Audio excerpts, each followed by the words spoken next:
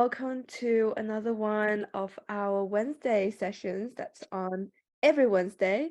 And it's always a joy to have everyone here, to see all your lovely faces, to be with our spiritual friends and to learn the Dhamma together and to be present with each other, be in the here and now, in these moments.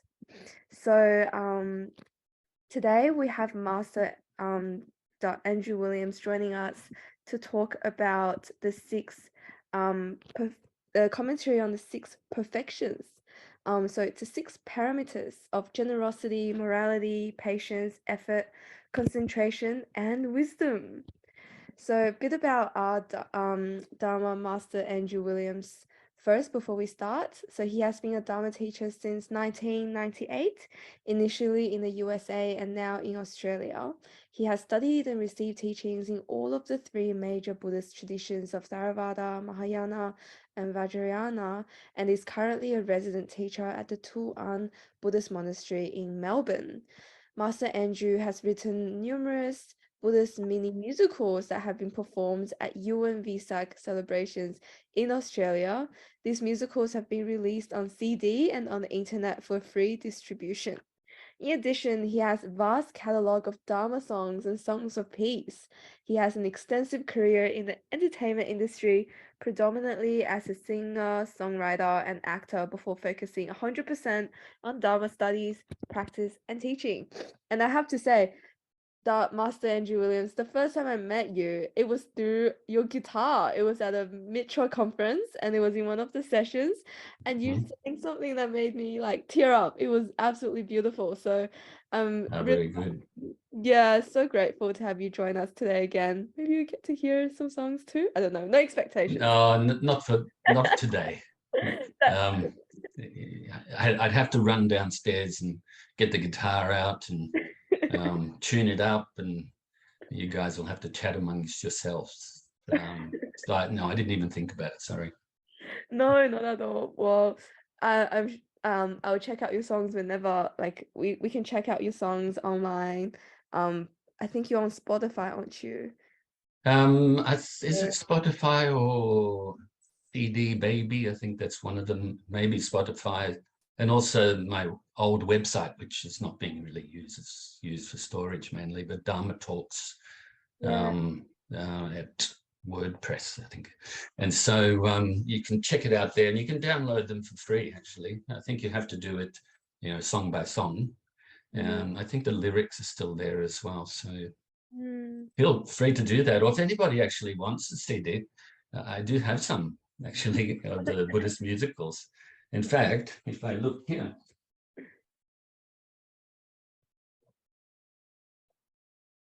Oh, there you go. Birth of the Buddha. That's one of them.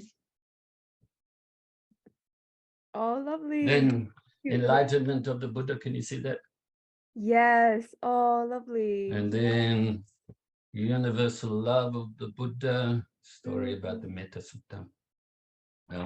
So yeah, my mum asked me to get some out so she could give to friends if ever she sees them. Like for instance, the last person she gave to was a doctor. He was a Sri Lankan Buddhist, So yeah, if anybody wants them, you can just ask for them and can have them, because I've still got a fair few of the. I think the Enlightenment one I've got a fair few, and the Universal Love one, Birth of the Buddha, maybe 10 or 20 CDs. Of course, we don't really use CDs much anymore, do we? No, not at all. But there you go. If anyone wants a CD, please let Master know. Yeah, you can contact me through the Metta Centre if you like, or myself online, all of these things. So up to you. Yeah. Very happy to give it to you so you can learn from the Dharma through music as well. Yeah, it's a beautiful way to learn the Dharma. And just back to our session today. This will be an interactive session. So and Master Andrew will start with some chanting, meditation, quick introduction to the topic, and we'll have a facilitated question and answers. If you have any questions, please feel free to drop them in the chat. But if you don't feel comfortable to share with everyone, you could also send the questions anonymously to me. And if you're in person as well, Zen is there to collect any questions you have. So yeah, please feel free to also ask the questions that way. And without further ado, that was a bit of a extended introduction, which is awesome. Over to you, Master Andrew. Very good. So I'll do some brief chanting from the traditions, the three traditions, or main traditions. And some of you may be able to chant along. I'll do them as we do for the preliminary prayers for each class. And for those who don't have them in front of you, you can just listen, let the Dharma absorb in your mind. I should say, let your mind absorb with the Dharma. So we can put our hands together in the prayer mudra, if you like. Namo tassa bhagavato arahato samma sambuddhassa. Namo tassa bhagavato arahato samma sambuddhassa. Namo tassa bhagavato arahato samma sambuddhassa.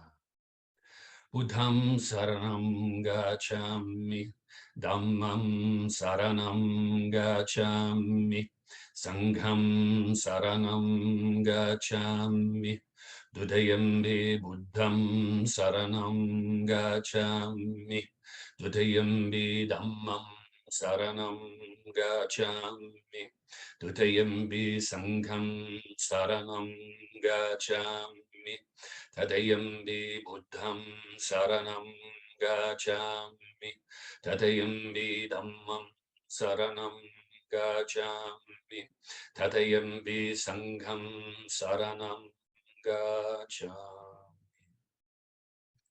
Namo Buddhaya, Namo Dharmaya, Namo Sanghaya, Namo Buddhaya, Namo Dharmaya, Namo Sanghaya, Namo Buddhaya, Namo Dharmaya, Namo Sanghaya. We take refuge until we're enlightened in the Buddha, the Dharma, and the Sangha. Through the positive potential we create by practicing the 6 paramitas, may we soon attain enlightenment in order to benefit all sentient. May all sentient beings have happiness and its causes. May they be free from suffering and its causes. May they never be parted from the happiness beyond suffering. May they abide in equanimity, free of bias, attachment to the near, and aversion from the far. We shall cause this. Great compassionate Buddha, please inspire us to be able to do so.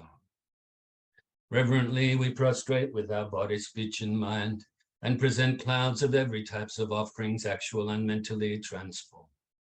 We confess all of our negative actions accumulated since beginningless time, and rejoice in all the virtues of all holy and ordinary beings.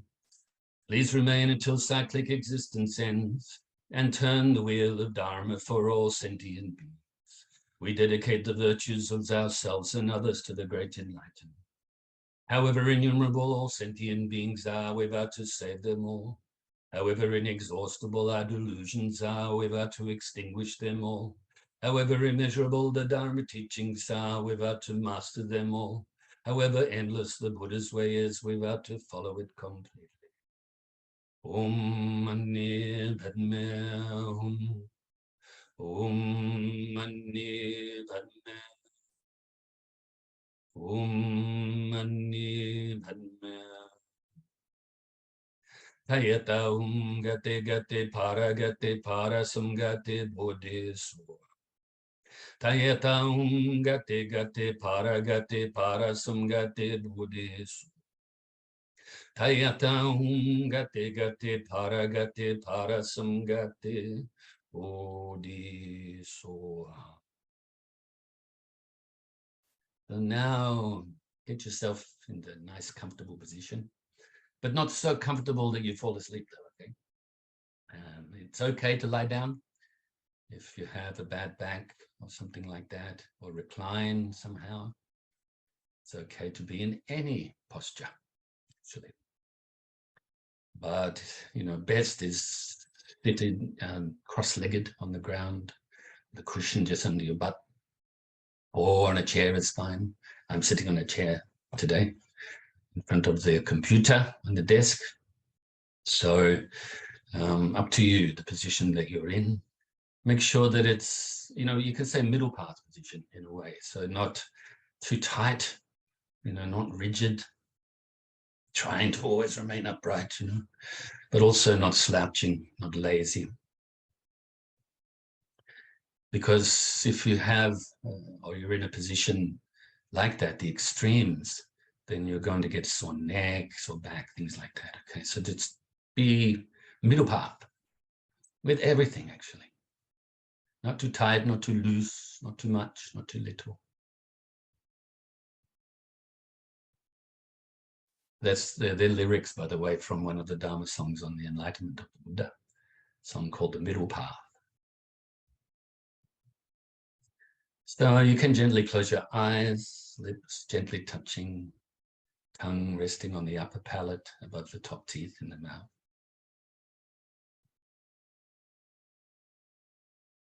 And bring your mind inside your body to begin and release the tension from the body. While we are engaging in this meditation, I know sometimes it's difficult, but try to remain still with your body. This will help your mind to remain still and vice versa.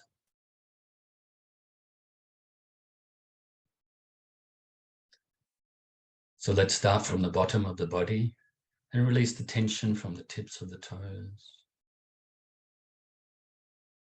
the arches of the feet, the balls of the feet, the heels.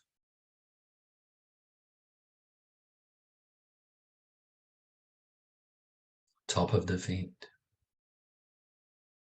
around your Achilles tendons and ankles.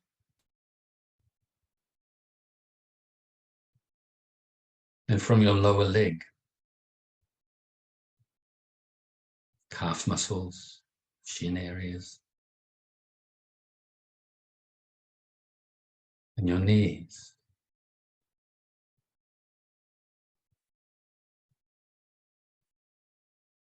And the upper leg, the quad muscles at the front, the hamstrings at the back.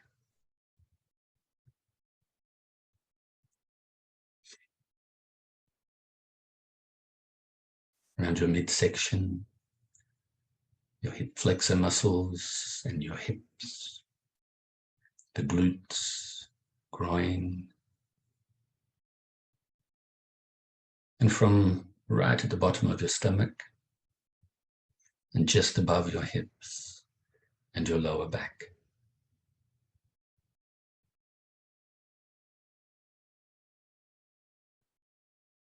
Now release the tension from further up your stomach and up your sides a little to the center of your back.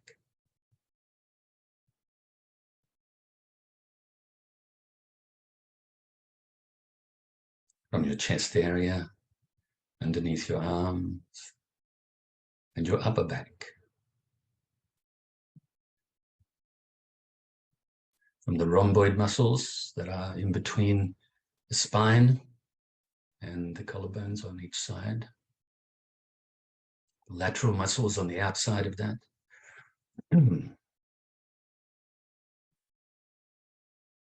The upper trap muscles that run between your neck and your shoulders. I point out these muscles because we tend to carry a lot of tension in these areas, in these muscles.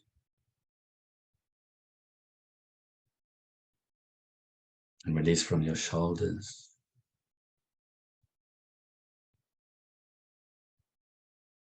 Down your arms, biceps and triceps, elbows, forearms, wrists, fingers and thumbs.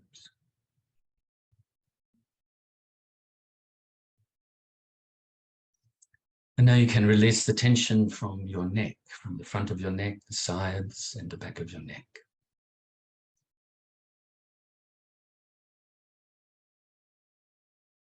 The back of your head, and the sides of your head, around the temples and ears.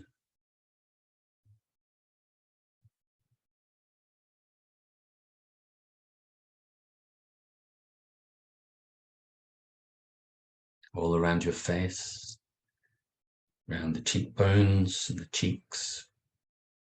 Make sure you're not clenching your jaw, your chin and mouth, nose and sinuses and eye sockets.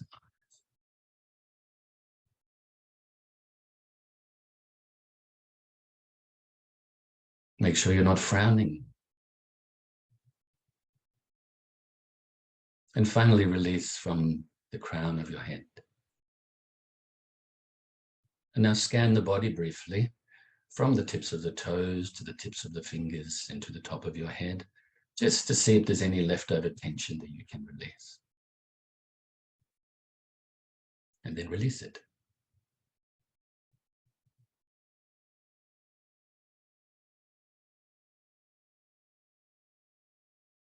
And now you can bring your focus initially to the tip of your nose. The object of the meditation is the breath, or the feeling of the breath as you breathe in your nose, all the way into your lungs, and then back out your nose again. Anapanasati, mindfulness of the breath.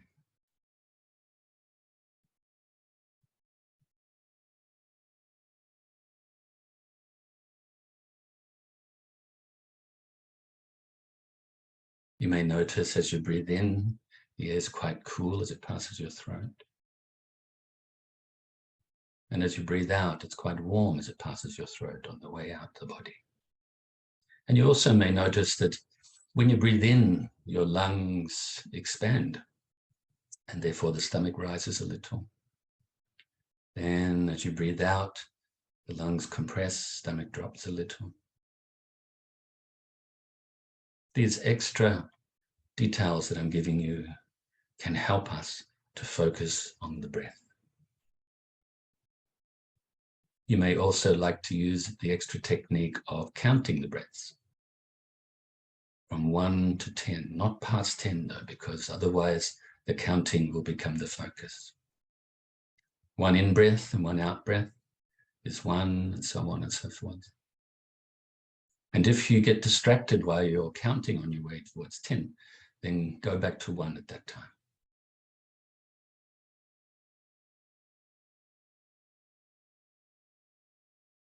If thoughts arise or any mental activity arises, don't cling to it. Don't grasp at it. Also, don't try to forcefully push it away or deny it. But let it go simply and gently by replacing, or naturally I should say, by replacing your mind back onto your breath. This is the process of meditation. Step at a time, breath at a time. We improve if we're consistent with our practice, making good effort. So even if you have to replace the mind on the breath very often, that's fine. That's part of the process, not a competition.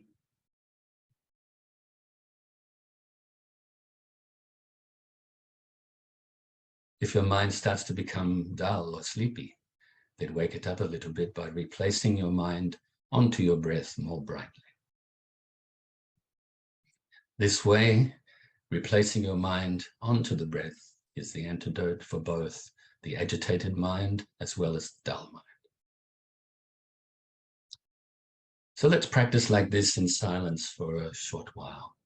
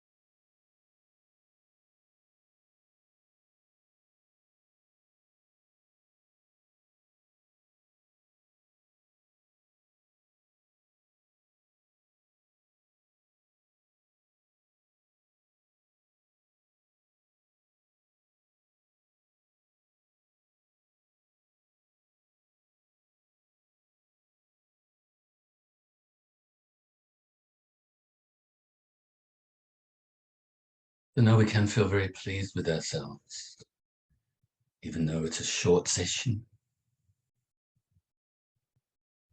Fill yourself with universal love and kindness, with friendship and appreciation and respect.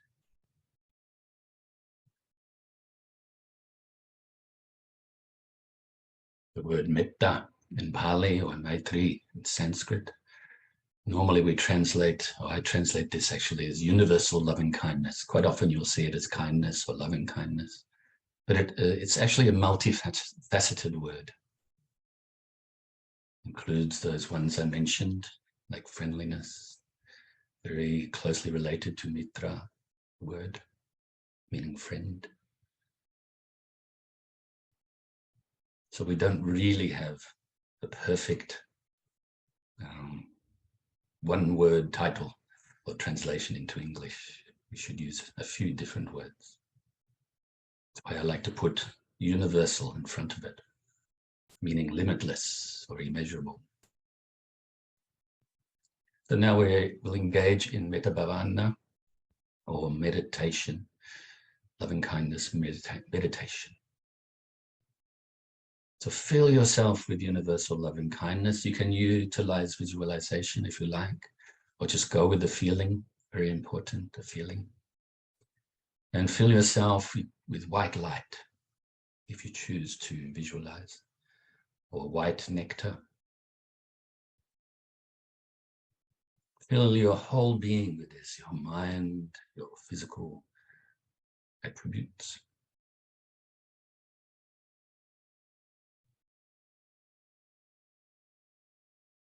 Really have this feeling.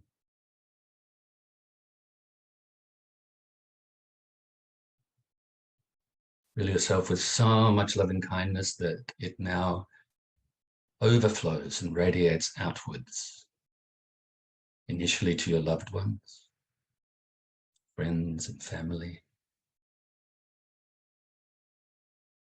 and fills them with the universal love and kindness too.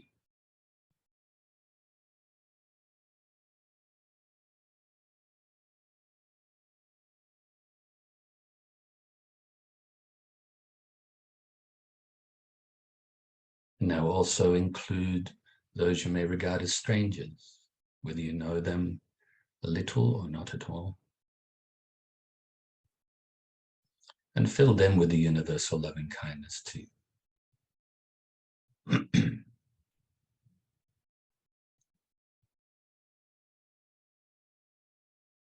And now also those you may regard as enemies, those people that you find very difficult to be around, or that they behave very badly.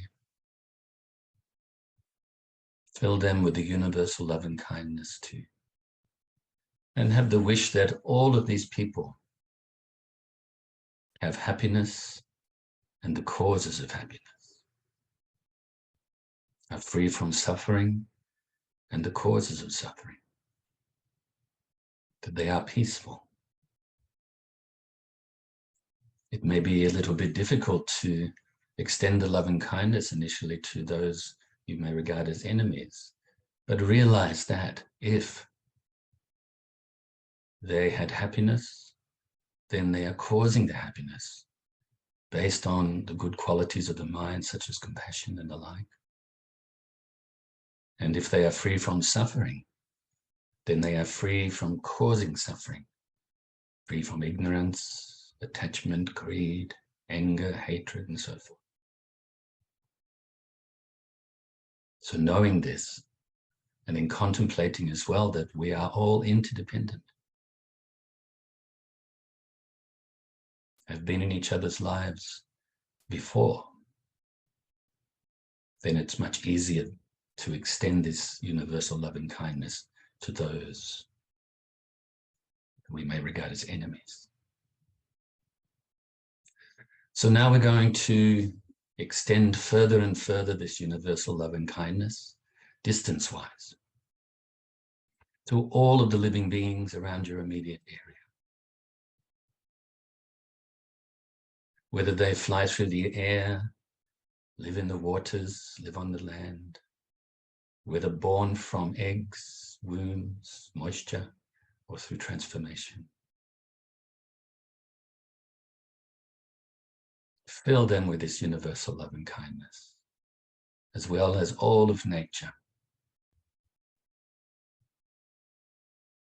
extending further and further now, radiating further and further this love and kindness throughout your whole state or county.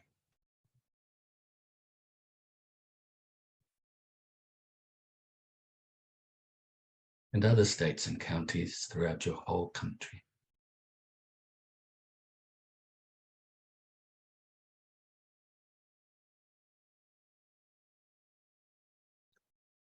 You can also bring to mind that just as we would say friends, enemies, strangers to people, it's similar towards all creatures. There's those that you have an affinity towards, those that you're indifferent towards, and those that you may even fear or find repulsive. By engaging in this practice, we're also helping ourselves to develop a mind of equanimity, a non-biased mind, upekkha, or in Sanskrit, upeksha.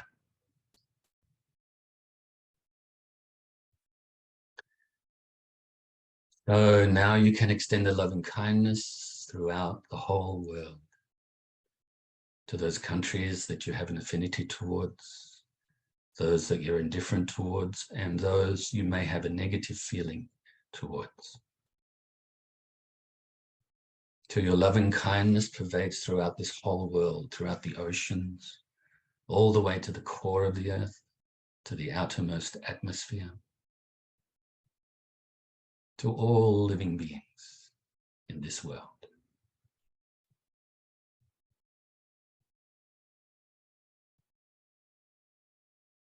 May they all have happiness and its causes, be free from suffering and its causes, and be peaceful. Now extend this love and kindness out beyond this planet alone, throughout the whole solar system, and all of the solar systems throughout the whole galaxy.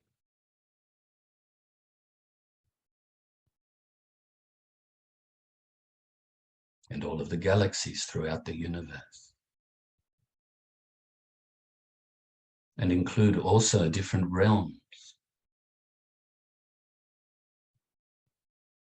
throughout the heavens, the different levels, the hungry ghost realm and the hell realm. Extend this love and kindness to all living beings, all sentient beings throughout infinite space.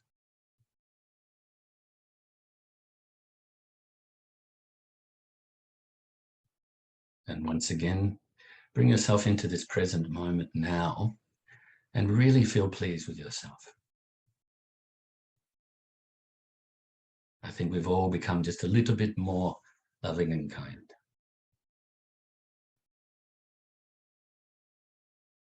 So now you can gently open your eyes, unless it's your habit in Dharma talks to keep them closed. I used to do that, depending, of course. But when I was listening to my teachers, quite often I would close my eyes, especially if it was in large audiences. So there's no visual distractions. Just hear, like a pot the right way up, with no holes, and without yesterday's curdled milk or putrid water. Have you heard of that? I'm not sure whether you've heard of that, but the correct way to listen to the Dharma. The Buddha gave the example of a pot, and this pot has to be the right way up, clean, right way up, not the wrong way up, because that means you're there physically, but you're not paying attention. If the pot's got holes in it, it means you're very forgetful. And if it's got yesterday's curdled milk or putrid water, I don't drink milk, putrid water. Okay, so then even you pour the pure Dharma in there, becomes curdled as well, or putrid as well. In other words, free your mind from opinions and bad intentions, selfish intentions. You know, you're listening to the Dharma to increase your good qualities. You listen, you remember. After contemplation, of course, you don't just believe. And then you absorb your mind with it and put it into your everyday life. And it's important that we are like this pot, clean, right way up, no holes. Otherwise, it's difficult for us to absorb our mind eventually with the Dharma. So have the good intentions, you know. Don't think, oh, I want to look like a good practitioner, so I get famous. You know, oh, I meditate, oh, it looks so good when I meditate. Actually, the mind it's like a duck, isn't it, so often? You can actually look so calm on the outside, and inside you're working quite hard, focusing on your breath or whatever the object is that you're meditating on. I used to say that to people years ago. Oh, you're a good meditator. No, like a duck, you know, on the surface, very calm, underneath, little legs are going. Okay, so have the right intention to listen to the Dharma. And so previously, when I've given talks, a little over a year ago, I gave a talk for you guys on the 5 skandhas, Panchaskandha, or Panchaskandha. And I mentioned this last time in February, the last time I was with you. I actually thought I gave too much information, you know, so gave too many details, which you can do sometimes. I wanted to cover everything, you know, that I covered sort of over 6 or 7 weeks of Dharma classes. And anyway, so last time I decided to speak a little less, and today as well, just a little bit less details. That doesn't mean you're not going to get the full teaching, of course. But last time was the Metta Sutta, or Karinya Metta Sutta. And this comes from the Pali Canon. And so I thought I'd do that. I have what in Tibetan you can call rimme, which means non-bias. I don't really have a biased view. Yes, I'm Mahayana tradition. I practice Vajrayana techniques too, all based on the Theravada. You know, but in Tibet, they have different schools of Buddhism in Tibet, for instance. And then there was a movement that came out, Master Patrul Rinpoche and some other well-known lamas, great teachers, basically said that they were rimme, not belonging to any specific tradition. And so you can take that further. And I know we split the Dharma up into Theravada, Mahayana, Vajrayana, and subdivisions as well, like Zen and so forth. Okay, so, but I believe they are all valid teachings of the Buddha. And it depends on the character of individuals and groups of individuals on what tradition you practice. Or you can have this Rime type view and then basically practice whatever. Everything has to be based on the Four Noble Truths, you know, practicing the Eightfold Path, practicing and developing the immeasurables, or in Pali, Brahma Vihara, which means sublime states of mind, of loving kindness, compassion, empathetic joy, and equanimity, and so on and so forth, okay? In other words, developing the wisdom and compassion, and then eventually perfecting them and unifying them to become what we call enlightenment, okay? Important to know that. We just call it enlightenment. Just another word. The words actually don't represent the truth, the ultimate truth. Even that word, ultimate truth, or those words, does not represent even enlightenment. Even the word Buddha is still just a sound, has meaning behind the sound, important for us to contemplate the meaning and go beyond that, penetrate it, go beyond it. Okay? So all of the Dharma teachings, all of the Dharma practice and traditions and so forth are based on the Four Noble Truths. Truth of suffering, to put it briefly, truth of the cause of suffering, truth of the cessation and liberation from suffering, and then the path, how to do it, the Eightfold Path. And all of the Dharma can be fit into this, you know. There's many elaborations on certain points, such as the 3 marks of existence, in impermanence, suffering, and no self. Also, the concept of emptiness of self as well. And then, of course, the 4th seal, so the first 3 marks of existence, relative existence, are the impermanence, the suffering, and that all phenomena have the nature of being difficult and suffering. And then there's no self to be found anywhere. That's 3. And then nirvana, or enlightenment, is freedom from all of these. Freedom from dualistic thinking, from conceptual thinking. Okay, so I gave the talk, Metta Sutta, last time. This teaching today comes from the Mahayana scriptures, specifically from the Perfection of Wisdom Sutras, Prajnaparamita Sutras, or Maha Prajnaparamita. Okay, so the practice throughout, of course, the perfection of wisdom is the ultimate goal, isn't it? And then the first 5 of these paramitas relate to, you could say, compassion or methods. We also have other words that we can use. Another word is bodhicitta, okay? Body, enlightened, citta, consciousness or mind. Okay, so this is the mind that's working the way towards enlightenment. Really renounce the worldly ways, turn the mind directly to the Dharma and to the practice of the Dharma and realizing the truth of the Dharma, the result of the path, enlightenment. And so bodhicitta is like this, helping others to do likewise. Okay, so this is the bodhisattva ideal.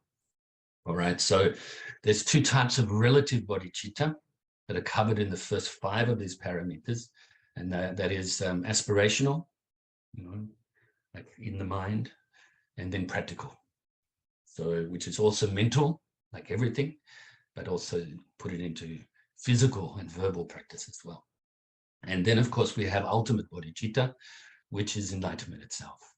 And the ultimate bodhicitta is realized when these the compassion or these methods are unified and perfected along with the perfection of wisdom. Okay, so just to put it very briefly, and then we realize what we call Tathagata Garbha, or Buddha nature. Okay, now these are throughout all of the traditions, these teachings, but they're put in different ways. Like I said earlier, the words of the Buddha, somebody said to me a while ago, actually, that the words of the Buddha are the ultimate truth. I said, how can words be ultimate truth? The Buddha's pointing the way with his teachings, both the verbal teachings as well as physical teachings, and even silent teachings, pointing the way to realizing the truth.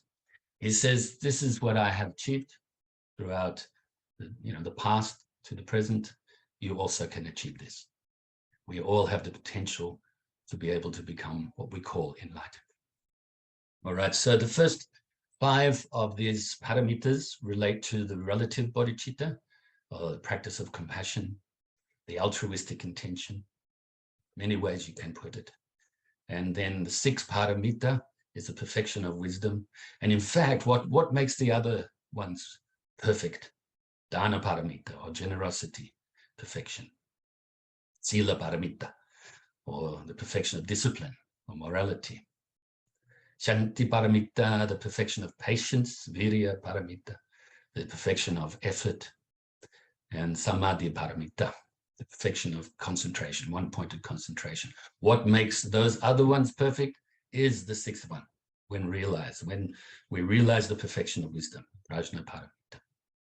Okay, so this is kind of like a bit of an overview that I'm introducing it to you. And now I'll go into each one. Just wondering if there's anything else I wanted to mention. I just share with you the Buddha obviously gave the teachings that are recorded in the Pali Canon. These were initial teachings. Then I say elaborations from there. Teaching us no self, in a way you could say, and then teaching the Prajnaparamita teachings. Teaching them all at the same time, but it depends on the student. So he may have been teaching some of the more advanced teachings, such as Abhidhamma, for instance, to the advanced students, because they already gone past the beginner stage, intermediate stage, So you could say this, the first lot of teachings, or first level of teachings, I should say, would be like to teach us to let go of self, let go of this attachment, this tanha, the self. And then teaching, Prajnaparamita teachings, let go of the concept of self and no self. Go beyond this. That's what paramita means, to go beyond, go beyond this, the way that we think is in a dualistic way, perfect or imperfect. Enlightenment, not enlightenment. Nirvana, samsara. So we think like this, but these teachings, these Prajnaparamita teachings help us to go beyond this and then realize the enlightenment or realize the Buddha nature. I'll leave it there for that. So that's the intro. Now, I mentioned them to you just now using the Pali or Sanskrit words. The first one is dana, dana paramita. A lot of people think dana is restricted to making offerings, especially in the Theravada tradition, to monks and nuns. But that's part of dana practice. Dana actually means generosity. There's different types of generosity. And then, of course, we have sila. Some people think sila just relates to the 5 precepts, or 228, I think, in Theravada tradition, if you're a monk, 250 or 252 in the Mahayana tradition, and so on. So you actually think that, and there's more precepts too, by the way. Take Bodhisattva precepts, and then, of course, Vajrayana precepts. You can take as many as you want or as little as you want. The Buddha didn't say, this is to be a Buddhist, you have to do this. This is like guidelines for us. We should keep the precepts. But don't try too hard. Don't try too little again, isn't it? Okay, I've gone off the subject slightly. But the sila, some people think sila just relates to precepts. Actually, it means discipline. Okay, so I like to use the word morality most, okay? To be moral, not immoral. Okay, so this helps in the practice. I'll explain that in a sec more. Then we have Shantiparamita, the perfection of patience.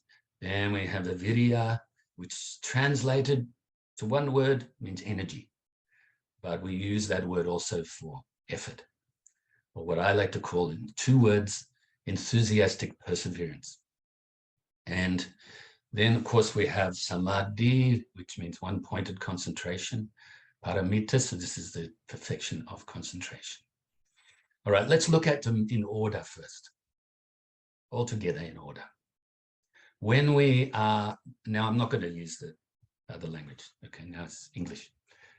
Morality, sorry, when we are generous, I'll point out generosity can be known as the door to the Dharma.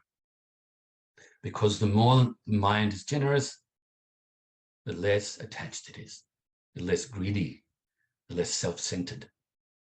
Okay, so we should develop this generosity. Think about that. If you have less attachment, you have less aversion, more closer to a mind of equanimity, then it's less likely you're going to do anything wrong. Because we do wrong things because of our attachment and our aversion, which is based on avidya, or lack of understanding or ignorance. So if you develop this perfection of generosity, you are more likely to be disciplined, more likely to be moral. And when we are moral, we don't have anything to feel bad about. No need for remorse. Apart from that type of regret that I call positive regret, which means you recognize when you fall off the Dharma path, when you've done something wrong, incorrect practice or something, then you recognize it, then you have some positive regret for it, not clinging regret. Then you have strong resolve to try your best not to do it again.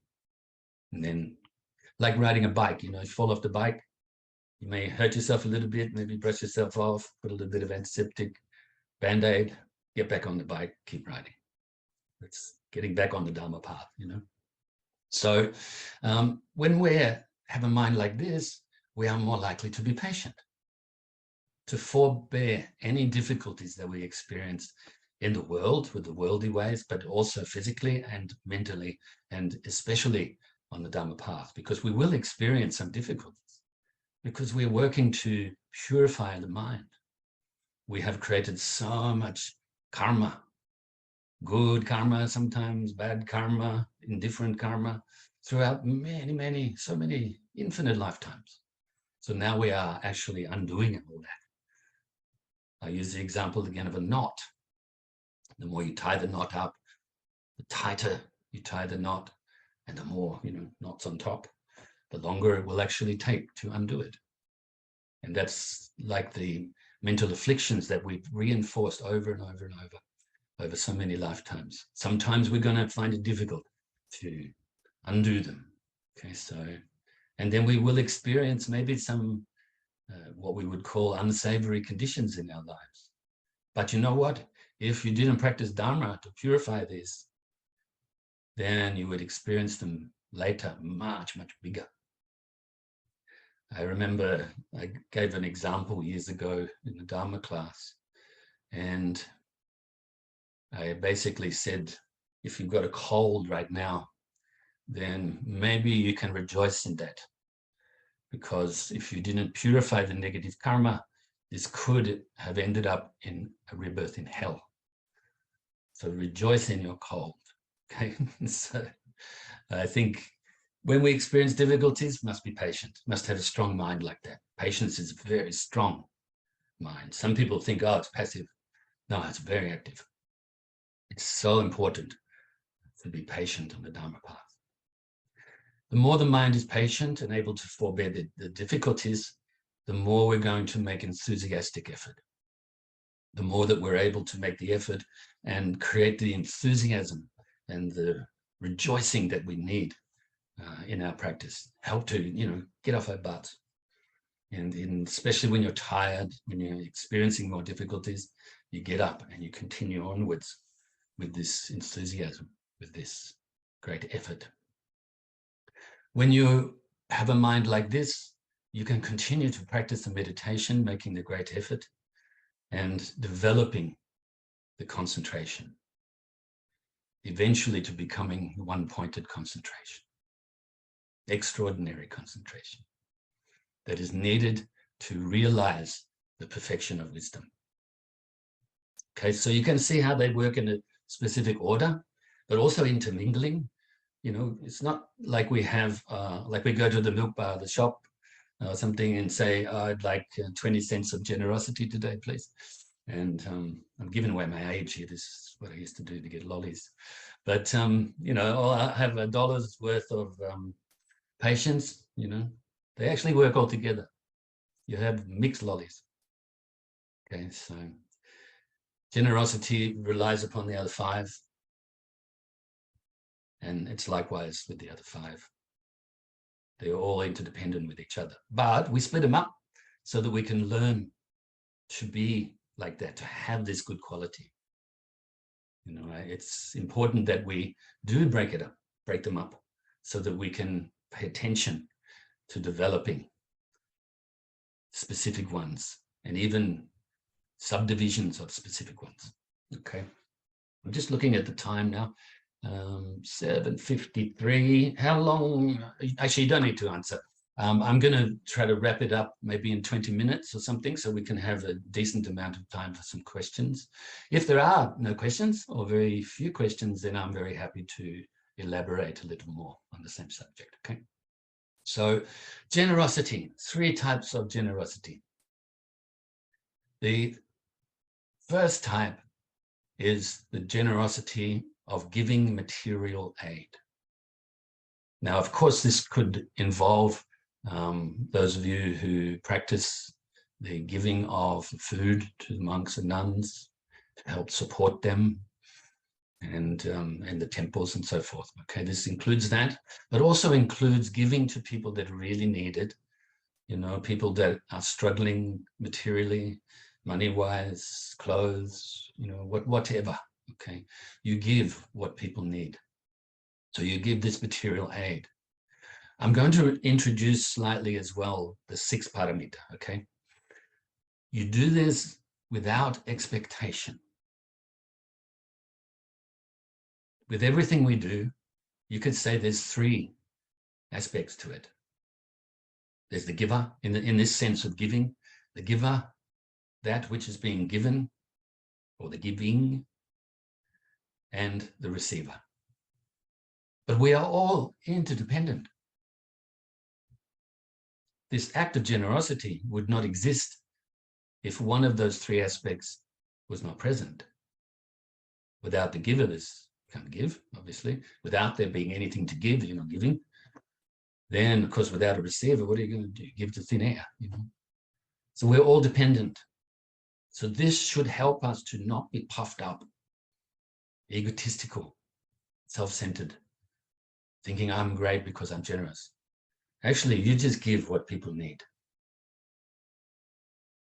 I like to say this often. In this world, unfortunately, there's a lot of taking. Then, better than this, obviously, you could say give and take. But better than that is give and receive. No taking. The concept of taking is, you know, like this. Receiving, just open. But best is giving and giving with no expectation, no attachment. Many years ago, when I was still living in the temple in the US, was giving teaching from one of the Prajnaparamita sutras, from the Diamond Sutra, or Mahaprajnaparamita Vajrachedika Sutra, which translated means the diamond cutter perfection of wisdom sutra. Okay, so diamond cutter, because how do you cut a diamond? It's the hardest object that we know in this planet, so you have to cut it with a diamond. In other words, the perfection of wisdom is realized when you realize perfection of wisdom. Okay, so it sounds like a riddle, but it's not. Anyway, so this one student who went on to become a nun and still is a nun. She was in university and working as a checkout chick, as we used to call it in those days, in a supermarket. And she wanted to get some teaching from this sutra. But I didn't want to give in-depth teachings of this sutra. My master was teaching it to me at the time. And so I didn't think I was ready to teach that. And I was also didn't think the students, or didn't know if the students were ready to hear it. So I decided to teach the other paramitas, especially generosity, without attachment. And so I gave the students, you know, the homework. I said, next week, come back and to the class and let me know what you did with your generosity practice. Just pick one thing and focus on it. And then, of course, I pointed a finger at her and said, you've got a great way. You're in a supermarket, stressed out people, a different stressed out person, you know, every few minutes. You have a great opportunity to practice generosity. So they all came back, some very good examples of generosity. And she said, look, I was really happy, but I got embarrassed a lot because, you know, the people, I think, thought I was a little bit crazy because I was being kind. You know, being kind, by the way, is a way of being generous too. So, like I said, they're all intermingling.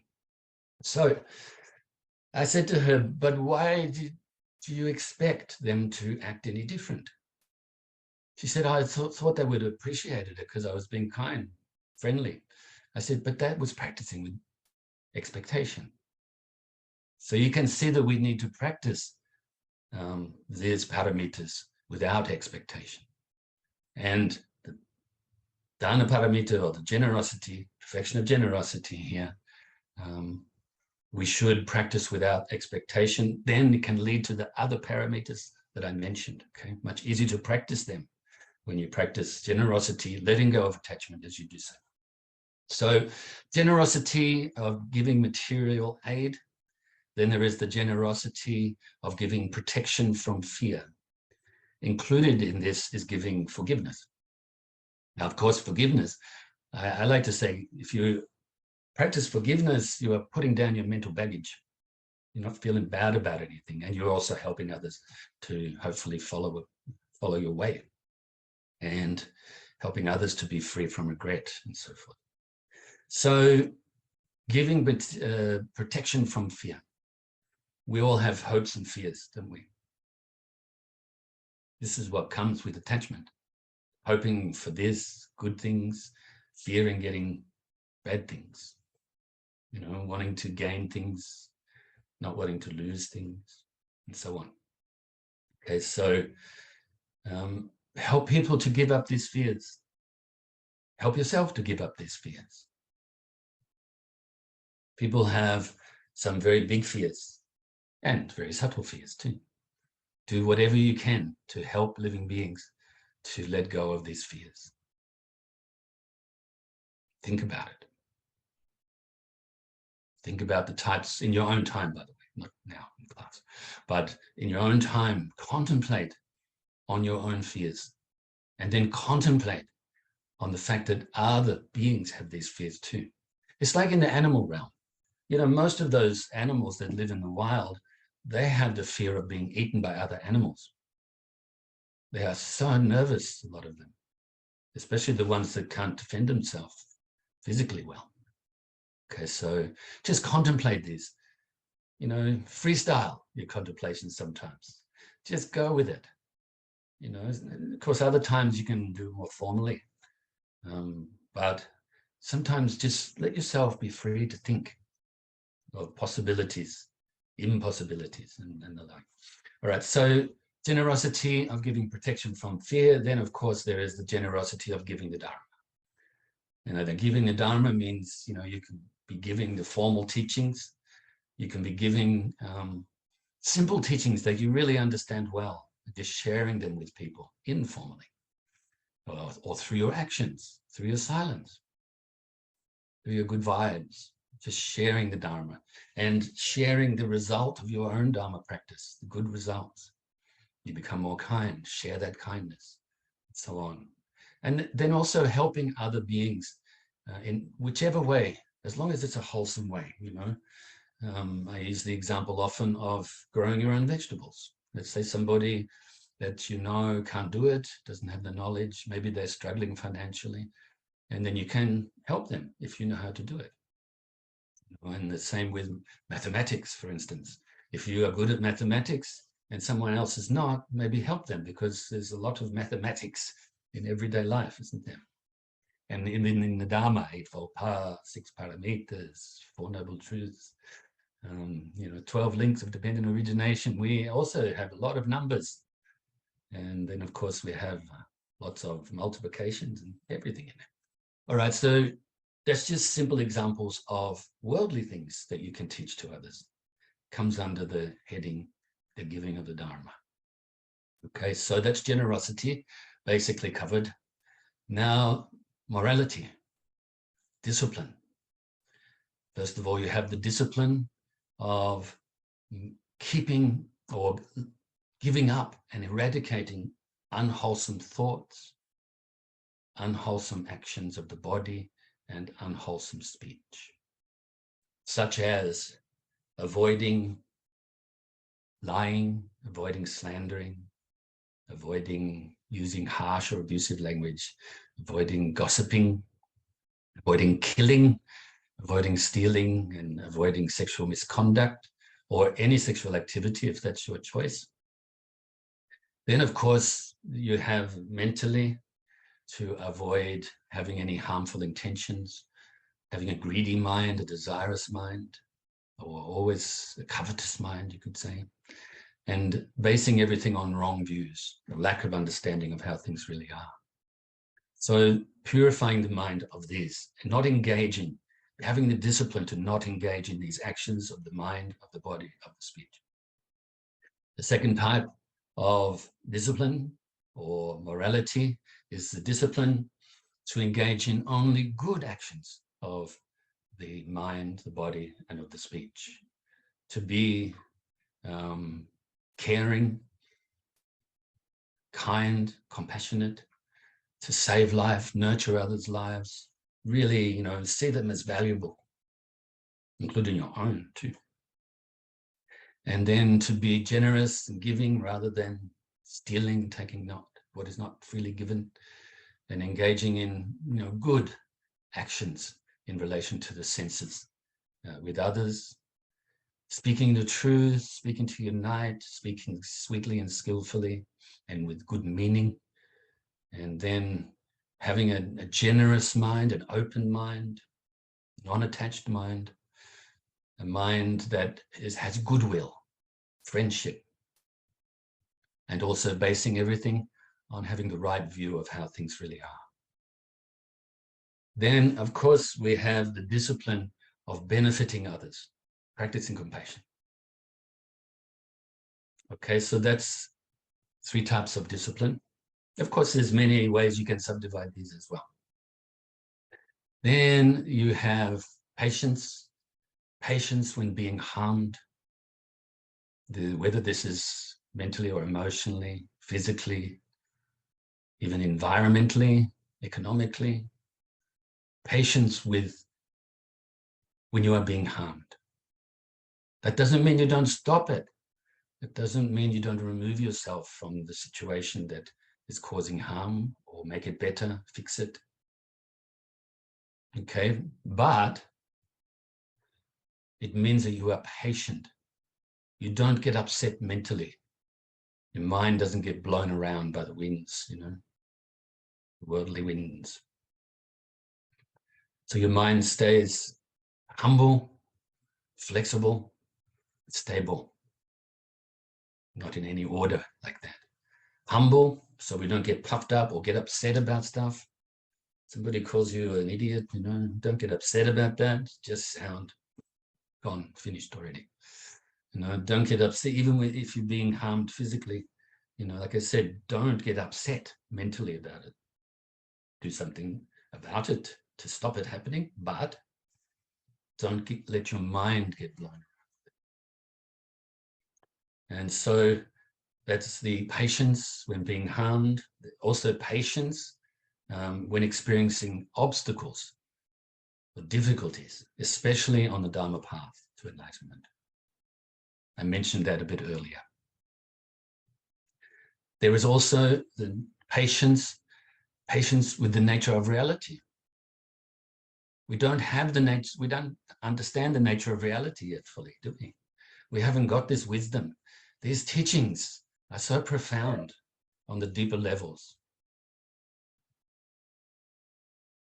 On a deeper level, the Dharma is there, you could say, to destroy the ego, to totally uproot the ignorance. And we may get upset about that. So don't be patient with it. Patient with yourself. Patient with our own faults. And then having the resolve to fix them. Okay, so that's the 3 types of patience. Then we have the same amount of types of effort. The effort to, whenever unwholesome thoughts arise, then get rid of them, eradicate them. If unwholesome thoughts have not arisen, protect your mind from having them arise. The next type is if wholesome thoughts have arisen already, keep them, nurture them, perfect them. If wholesome thoughts have not yet arisen, have them arise. The 4 great efforts, basically, to maintain a wholesome state of mind and to relinquish unwholesome states of mind. Then also the 3rd aspect is enthusiasm. If we practice correctly, accurately, and we get some good results, this will give us a lot of energy and enthusiasm for the practice. We must make the effort and persevere at those times when we're finding it difficult. And then those other times, maybe you could say, ride the momentum of enthusiasm. We need enthusiasm on the Dharma path. You need to see the good qualities or the good results of the path. Or even if you're only contemplating them, you haven't realized them yet. You know that it's possible to realize this. Okay, so that's the 3 types of effort. And then, of course, we have the concentration. There's ordinary. Actually, I'll speak about worldly. Most people in the world are not working to increase their concentration or their ability to concentrate. They may be actually using their concentration in a negative way. We all have concentration. Even if it's can only concentrate for half a second, it's still there. And what we need to do after that is widen it, improve it, isn't it? So on a worldly level, most people are not really working to improve concentration. Then on Dharma practice and some other paths that practice meditation, then actually working to improve it, turning your mind, like I said before, turning your mind to the Dharma. Then we have what you can call ordinary concentration, where we still now have to utilize the antidotes for the distracted mind and so forth consistently, often. And this is like ordinary concentration. If we keep practicing like this, we can go beyond, become extraordinary concentration. And then, of course, the deepest level is the perfection of this concentration based on wisdom, based on bodhicitta. And this is the concentration, not even called that anymore, but the concentration of the enlightened beings. Okay. Perfection of wisdom. I'll just speak about the three wisdoms, or the three wisdom tools, I like to say. Okay, I'll just speak about those. I won't speak about different, I may give you a couple of examples, but I won't speak about different types of wisdoms and so forth, right? Because we haven't got the time and it's a little bit in depth to try to do it too quickly. And then, okay, so the first wisdom is the wisdom of hearing, or the wisdom tool of hearing. Like I started the class out today, speaking about the pot, the right way up. In other words, hearing the Dharma with the right intention. And so you hear Dharma like this, right intention, just hear. Don't contemplate as you're hearing it. Otherwise, you start telling yourself stories and then you miss the next point. Okay, so you just hear the Dharma, or if you're reading, you read the Dharma. And then after some period, maybe after an hour Dharma talk or 2 hour Dharma talk, or maybe a few pages of a book, then you can put it down and go away and contemplate. Calm your mind with meditation, breath meditation, for instance, and then practice vipassana meditation, penetrative insight meditation, and contemplate the meaning of these teachings that you've heard. And that is the second wisdom tool, the wisdom tool of contemplation, right? So you use your ability to investigate and analyze. Of course, the better your concentration is, the more you're going to be able to do this for longer periods and more accurately, without getting tired, without having what some people would say, without doing your head in. So anyway, you contemplate. Once you come to good and sound understanding, you then utilize the meditation, the concentration meditation, to absorb your mind with this understanding. This is called the wisdom tool of meditation, or it can also be known the wisdom tool of habituation, or the wisdom tool of absorption, absorbing the mind with understanding. Okay, so this is how the wisdom is realized, okay, by hearing the Dharma, contemplating the Dharma, and absorbing in mind with the Dharma. Okay, so I think that'll do for the minute, but I'll just go back, speak about them in order again. Generosity helps you to be moral. Being moral helps you to have a strong, humble, flexible, stable mind, a patient mind. Patience helps you to persevere enthusiastically. With this effort, we're able to develop this concentration.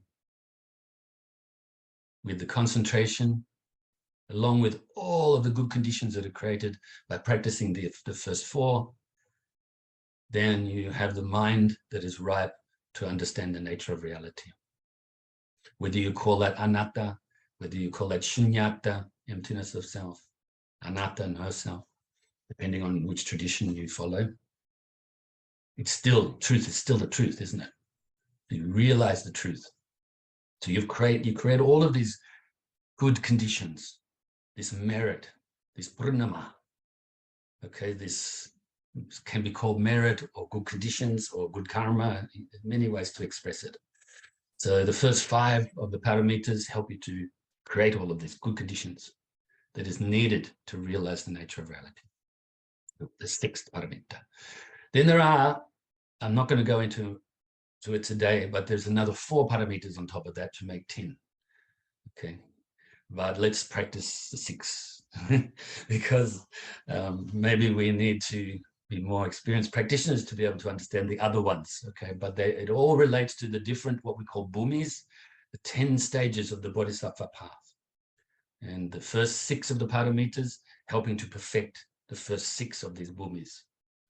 Okay, after you get a glimpse of the nature of reality, of emptiness of self. Okay, and then of course then there's the other ones, such as the powers of the Buddha's mind, etc., etc. Like I said, I won't go into that now. So I think that'll do for the Dharma talk. I hope I didn't talk too long. I hope I didn't talk too short. Thank you, Master Andrew Williams. You talked just the right amount. And that was such a great talk I never knew there were different types of generosity or different types of all of these parameters. So thank you for breaking it down for all of us. If Welcome. we now invite and welcome any questions from online or in person at Bankstown. So online, if you have any questions, please feel free to type them in the chat and I will read them out. And in person, Zen, I believe, is there to collect any questions, and he will type them in the chat as well for me to read out to Master Andrew Williams. And we look forward to hearing your questions and having a really fruitful discussion. So we already have one question in the chat, Master Andrew. So someone asked, how does mindfulness play a role in the perfection of the parameters? Mindfulness is part of the practice of concentration. Okay, so, but it's included in all of the paramitas as well. Okay, so if we go to the Eightfold Path, the morality, we can actually say the Eightfold Path as 3 high trainings too. Training in morality, which includes right speech, right action, right livelihood. Then training in concentration or mental development. That includes the right effort, right mindfulness, right concentration. And then the training in wisdom or insight includes the first 2, right understanding and right intentions. Okay, so mindfulness, we should be mindful of the body, mindful of our feelings, mindful of the mind itself and the activities in the mind. Okay, so I think maybe you know those. That's the Satipatthana, or the 4 foundations of mindfulness. We utilize that in our breath meditation, for instance. If you think about it, we're focusing on the breath. That's the body. It's a physical action. But really, we go a little deeper and we're focusing on the feeling of the breath. Whether you focus, just stay there or here, or whether you follow the breath as we did today, and in and out, like that, you're focusing on the feeling of the breath. So the second of the 4 foundations of mindfulness, you're utilizing the mind, so you're engaging the 3rd foundation of mindfulness. And this is a mental activity. So, and this method that you're practicing, go deep into the mind. So you are engaged, when you engage in the practice of mindfulness, meditation, for instance, you're engaging all of the 4 foundations of mindfulness. though normally we just think it's the surface one, isn't it? Oh, I'm focusing on the breath. Yeah, but what is the breath? Actually, you can even, true mindfulness practice helps us to develop wisdom too. So you can say the mindfulness practice, marrying it together with the Vipassana method, penetrative insight, where we get to use our ability to investigate and analyze our mind even, or something else. So mindfulness practice is part of the development of concentration. You can see in the paramitas there, those 6, the fourth of the paramitas is right effort. Can be the same as right effort, really, except you're adding the extra practice of compassion, the bodhicitta intention on top of that, where you're working to benefit other living beings. Okay, so not just for yourself. And so the fourth of the paramitas, you could say is the same as the 6th of the Eightfold Path, or the first aspect of the concentration training. Then the 5th of the paramitas covers both the 7th and 8th, or mindfulness and concentration of the Eightfold Path. Once again, you could say being having it as a foundation of compassion. Okay, so hopefully I've put it well enough. Okay, so yeah, that's how it fits. Okay, so if you want to follow up a little bit more elaboration, then I'm happy to do so. Always go back to the Eightfold Path. Whenever you get a little bit confused, or you think, oh, I'm reading this teaching or hearing this teaching, and it sounds like it's a bit different to what I already know, then go back to, like I said, the Dharma is, the foundation of the Dharma is the Fundamental Truths. Yeah.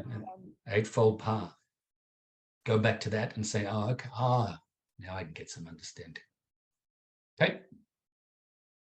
Thank you, Venerable.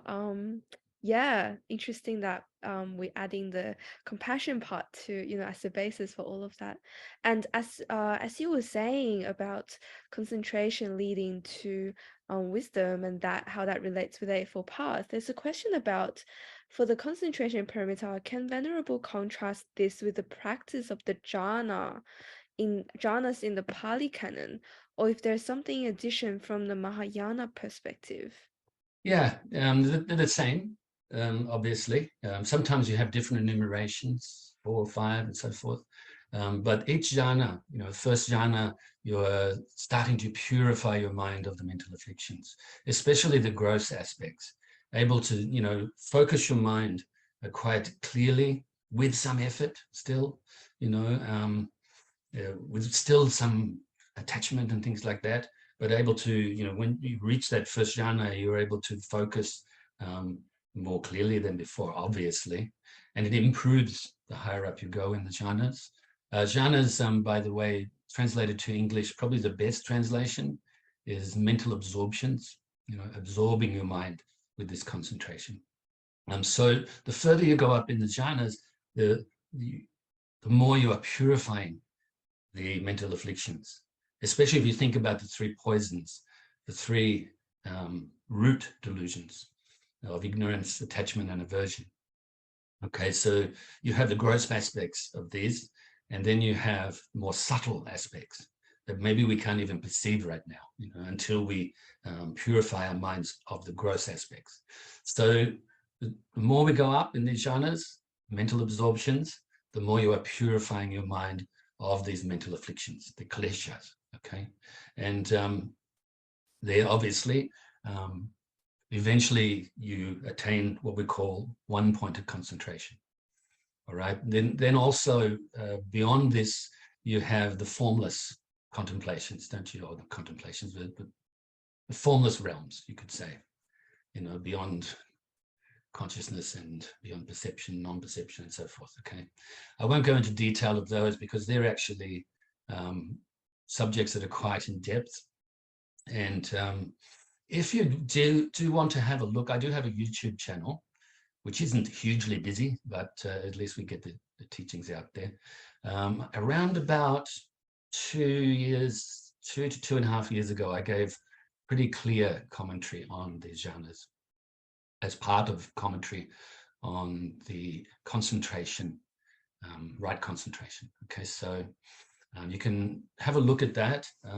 All of these videos are on that YouTube channel, and including this one will be on there too once that Eugene sends it to me. So thanks ahead of time for that. So I can share the Dharma as well myself.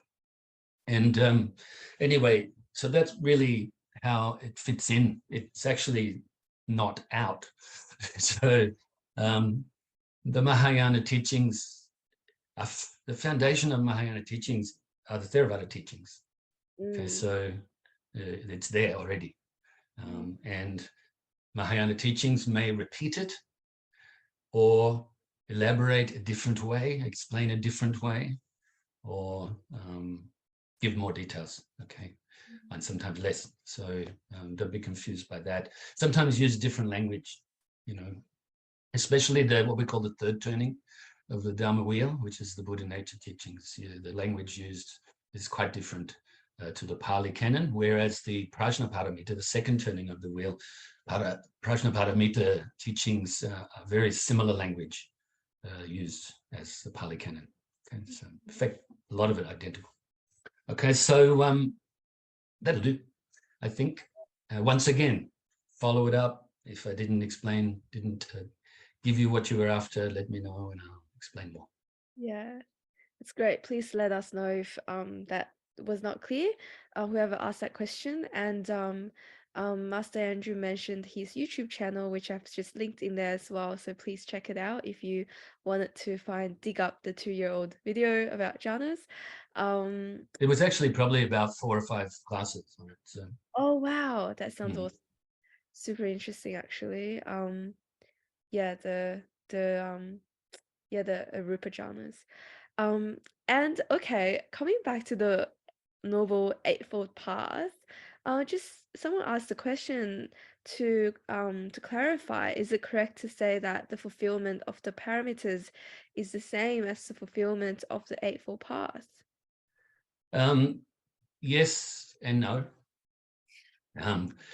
Yes, it is the same as the fulfillment on a certain level, but the 6 paramitas has, as part of the foundation, the bodhicitta intention, so compassion. But the way that I understand the Eightfold Path has this compassion too. So that's why I say yes. But it depends on your understanding of the Eightfold Path. Do you practice, work to perfect your compassion? Do you base it on having altruistic intention, and your wish to attain enlightenment is based on the wish for all beings to attain enlightenment, or just yourself? If that's the case, just yourself, then the paramitas are beyond the Eightfold Path and then beyond that. Okay, but if you're really working, attain enlightenment for the benefit of all living beings, which has to be the intention, then they are the same, different, sort of like elaborated upon more. I mentioned before about when I answered the question related to mindfulness, that mindfulness is part of the concentration as one of the paramitas. And same, effort is part of the paramitas and its own part of the Eightfold Path. The concentration, same, mindfulness, concentration together. Then right speech, right action, right livelihood is the second of the paramitas, isn't it? The discipline, or sila. And added to that in the paramitas is to bring benefit to others. So I think this in the Eightfold Path, by engaging in good actions of body, speech, mind, having the right speech, right action, right livelihood, this brings benefit to others. But you can say that heart of compassion takes it further. You know, when you have a real genuine heart of compassion, then this gives you a lot of energy to continue onwards in the path. And have a bit of humor with yourself too, you know. Sometimes we do things wrong. We're sentient beings. Have a bit of humor with that. Don't be so hard on ourselves. But at the same time, pay attention to correcting it. I was going to elaborate a bit more on that, but leave it there for the moment.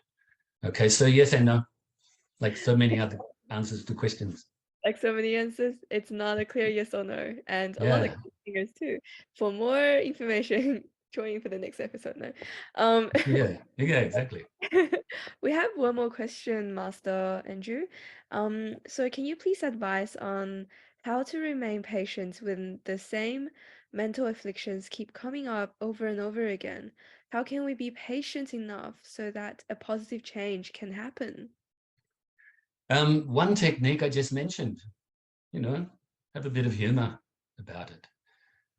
Be serious in your practice, serious in your endeavors to purify faults, you know, eventually eradicate the faults and increase and eventually perfect the good qualities, enlightened qualities, if you like.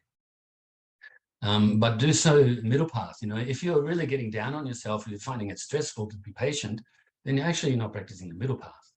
You're too extreme. You know, you're either not doing it enough or you're doing it too much. If you're doing it too much, you need to back off a little bit. If you're not doing it enough, you need to get off your butt and do it. You know, why not?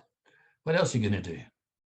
You know, purifying the mind. This is really what we need to do. You know, everything else we're doing in our lives is secondary, really. Of course, you know, you have to eat and breathe and all that too. Don't take me wrong. But yeah, patience. Okay, I mentioned a few aspects of patience before. I was going to elaborate. Now I will have to. I actually decided not to. But you think about this stable mind. This means that you have a mind that is not going to be upset with things, not going to get blown around, not going to get worried about all the mental afflictions that you haven't purified yet. Maybe even reinforcing because you're not practicing well enough or correct or accurately. And that's not a problem either, because you can learn to do it, learn to correct yourself. So the stable like this, also I mentioned humble. So we're not going to be egotistical about things. You know, these are my mental afflictions. I think actually if you speak about the ego or the belief in self as a third party, you know, it's like the ego's there and it doesn't want to be discovered. It doesn't want to be uprooted. It's there, you know, very tricky. You know, sometimes it manifests as something upset, is upset with something, angry, sometimes maybe loving. Oh, you don't need to worry about your faults. You don't need to purify your mind. Just go for a swim or a surf instead. You know, I'm using a bit of humor. Okay, so that's a humble mind's not going to get blown off the path, but also flexible is the other quality I wanted to mention. Think like a big oak tree. Things like guitars, other instruments, furniture, and so forth. So many of them are made from oak because the wood is very flexible. And like any trees, really, but they blow it in the wind. They have to be flexible. If they were rigid, then eventually they're going to break, snap, you know. So we have to be like this big oak tree in our practice of patience. We'll be humble. You know, we're not going to show off, are we? We're not like this beautiful flower that only lasts a day. It's just this humble tree.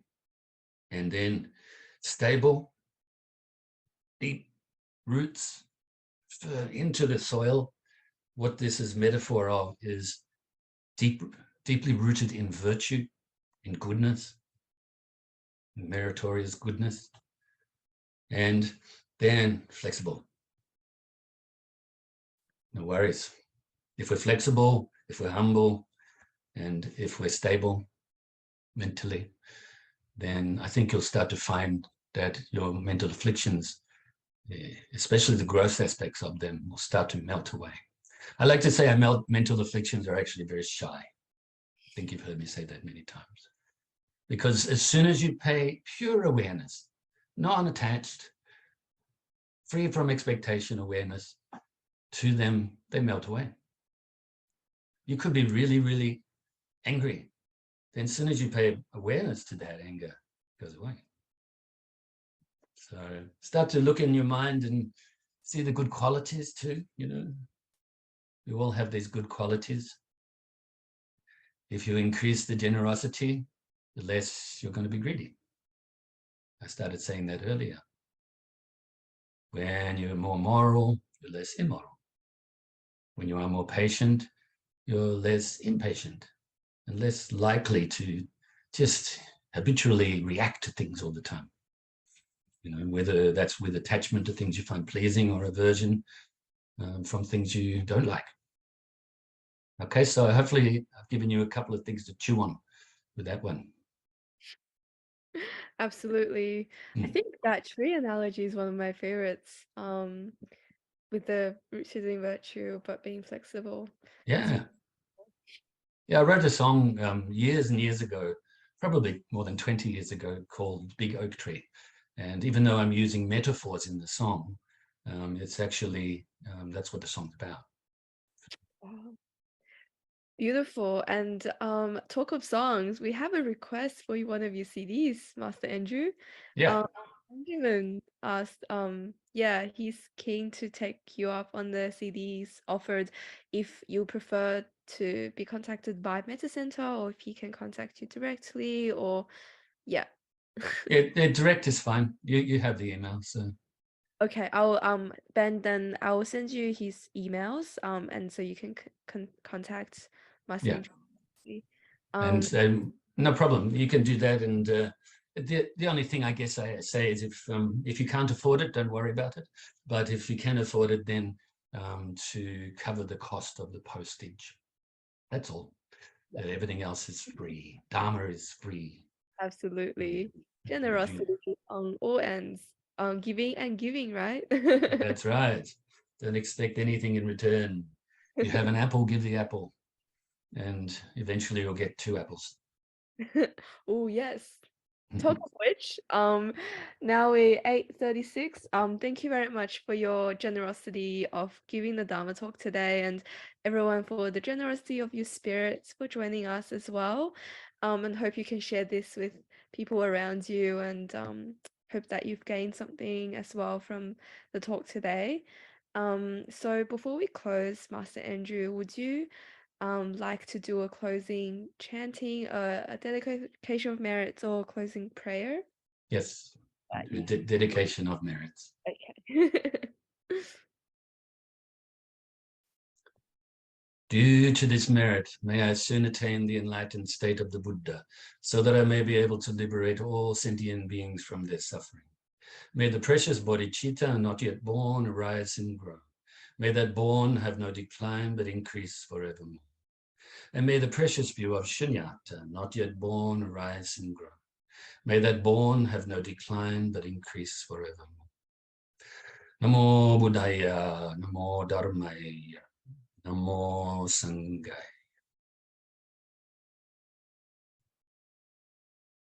Okay. Thank you so much, Master Andrew Williams. Today's talk was so wonderful. Always so happy to have you back at the center, and we really hope to see you back again at some point in the future. Yeah, anytime. Just let me know. Ask and you will receive. And also just let everybody know too that every Saturday, Australian Eastern Standard Time, 5 o'clock, I do a Zoom Dharma class open to the public, and where we do some chanting, a little bit like today, but it's a shorter class, and bit of chanting, and then some shorter meditations, and then the Dharma talk, probably say 25 minutes Dharma talk. And the current subject is from the Tibetan tradition called the 8 Verses of Thought Transformation, which is a text, a sort of commentary on the Buddha's thought transformation teachings, written, I think, in about the 12th century. So, Wow. yeah. So it's a very important teaching, and it's quite cryptic in its compressed teaching. So the 8 verses looks like you can actually give commentary in one class, but we're going to take months to do it. So. No, for sure. Oh, that's really beautiful. Oh, there you go. Lee Shah has sent through the link in the Zoom chat if anyone, yep, if anyone wants to join. Yeah, Very there's good. passcode and everything, so there you go. Yeah. Sounds like a Yeah, really actually, say thanks to Leisha, because Leisha is actually the initiate, along with other students, initiator of the Zoom class, and also initiator of the YouTube channel, and my computer guru. wow. She's the one that taught me how to use my laptop, of which I only bought about 3.5 years ago. Before that, I wasn't on I was on the internet, but my students were running things. So, Oh, it's so wonderful. Thank you, Lisha. I yeah, do enjoy seeing your I wouldn't be here today if it wasn't for Leisha's knowledge. Thank you, Lisha. Okay. Yes, and before we close the session today as well, um, yeah, we just make a few announcements. Next Wednesday we have Venerable Tashi Chodip talking about faith in the conventional world between 7 to 8:30 again. And then Tuesday we have Yvonne. On Tuesdays we have Yvonne leading yoga flow, free yoga classes in person in Bankstown. So be sure to join that too if you like. And yeah, that is all for today. Thank you again, Master Andrew, and thank you again all of your students who attended as well. That's now friends of Metta Centre as well. And thank you everyone who has joined us, and hope you have a lovely evening and week ahead.